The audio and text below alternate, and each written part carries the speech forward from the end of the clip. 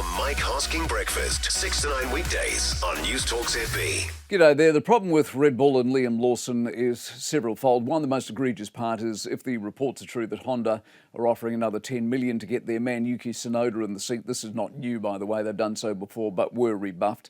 That's bad. Two, next weekend would be the first track Liam has actually driven on previously. Now, Red Bull would have known this when they hired him. To have two races on unknown tracks, that's pretty tough. Three, they hung in with other drivers who've struggled a lot longer than two races, so suddenly the harshness has reached a new level and probably reflects an internal level of panic given the performance of the other teams.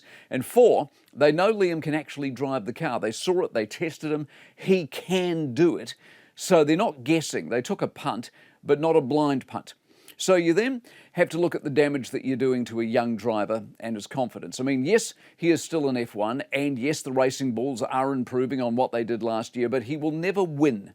Mainly because Racing Bulls is a feeder team to Red Bull, so they're not allowed to win, basically. Red Bull also carry, I would have thought, responsibility for building a car that doesn't work. Even Max Verstappen, the driver of his generation, is having trouble with the car. So Liam goes to a midfield team, think about it this way, to do what? I mean, hopefully perform well, to then be lured away to someone who can offer the prospects of better victories, better times. As exciting, think about it this way, as exciting as living an F1 dream is, turning up each weekend to come 13th can't be that much fun after a while, can it? I mean, the cutthroat part, though, if you think about it this way, is that's life. I mean, the good thing about motor racing is they've been in it since they were kids. They've been schooled in winning and losing and victory and failure. Liam's had Helmut Marko in his ear forever. It's a tough, unforgiving business. But that's the key word, isn't it? Business.